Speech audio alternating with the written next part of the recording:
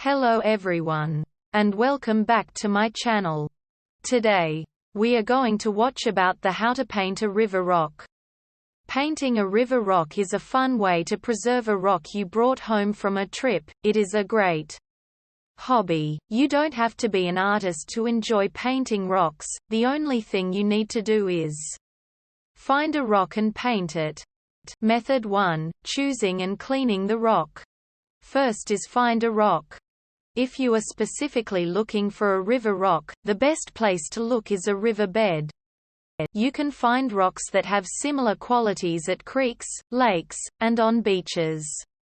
You can choose any rock that appeals to you, but rocks that are smooth are ideal for painting.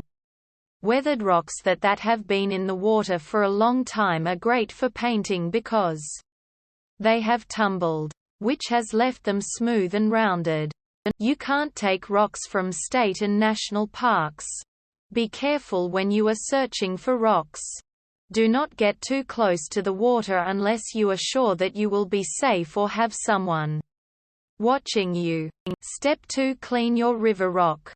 Make sure that no dirt is stuck to it, and it is not flaking off in any place. To clean the rock, put it in warm, soapy water and scrub it with a toothbrush. Then rinse it and pat it dry with a towel. For tough spots use 100 grit sandpaper, followed by 150, then finally 220 grit sandpaper.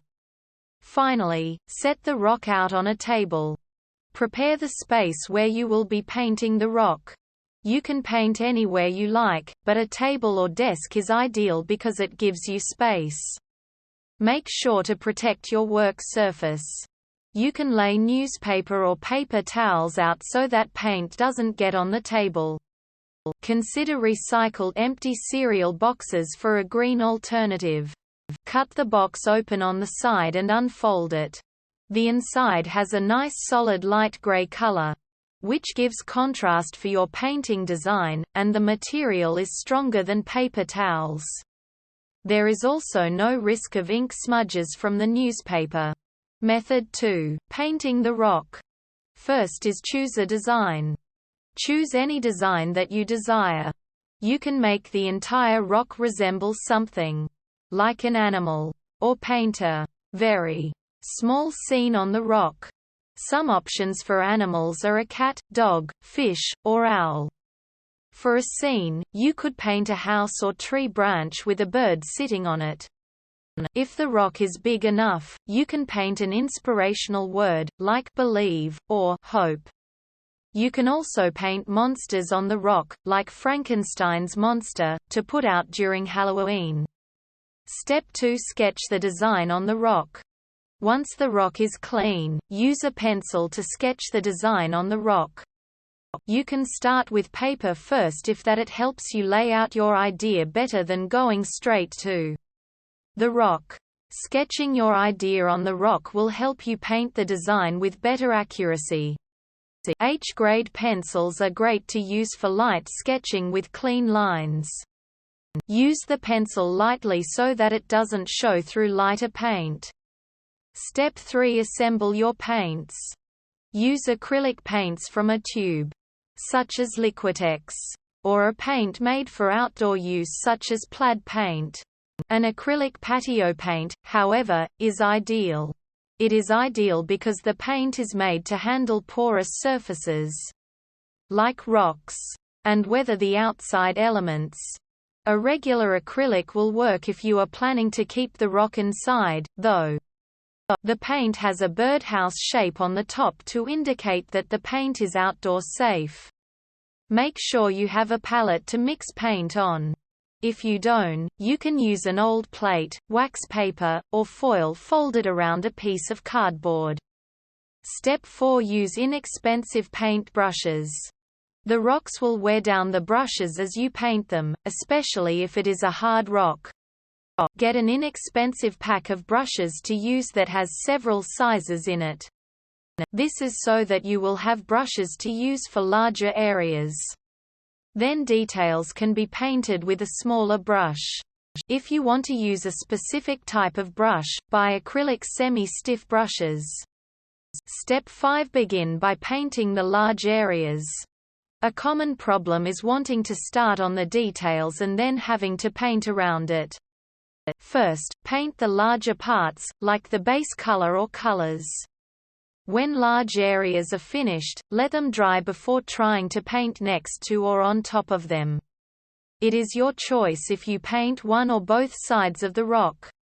If you paint both sides, allow at least a few hours to 1 day for the paint to dry on the first side before painting the second side. Finally, paint smaller areas. Layer colors, add texture, and paint the small details. You can also do this with a Sharpie or other permanent markers. This is also the time to go over small mistakes you may have made. Wait until the paint is dry to layer colors. Don't use dark colors on top of dark colors or light colors on top of light colors. Layer colors that have enough contrast so that the second layer won't cancel out the first layer. You can use a sponge to add texture that looks like foliage. Tear up a kitchen sponge, dab it into the paint, and sponge it into the rock. To correct mistakes, you can paint a solid color on top of the mistake until it is not noticeable. Or turn the mistake into something else. For example, you can paint over a bird in the sky and make it look like a cloud. Method 3. Finishing the painted rock. First is allow it to dry. Put it somewhere safe to dry where it won't be touched or moved. Once you have painted everything, allow it to dry for at least several hours or 1 day. Check the rock when you think it is ready to make sure every part of it has dried. Step 2. Sign your name and date. You can sign your name and date to remember when you painted the rock. This is especially good to do with children. Use a Sharpie or other permanent marker so that it won't rub off and will work on the rock. Step 3. Spray it with a sealer. When the rock has had at least a day to dry, spray it with a clear urethane finish. This will prevent the paint from cracking and peeling. Do this outdoors or in a well-ventilated area so you do not breathe the vapors. This should be done by an adult or older child under adult supervision. Finally, display the rock. You can either put the rock out for show, or put it to use. You can set it out on a tray, or put it on a windowsill. You can use it as a paperweight. Or if the rock is big enough, use it as a stepping stone in a garden. The rock can also be a gift or token to give to a friend. We hope it is useful to you. Please subscribe to our channel.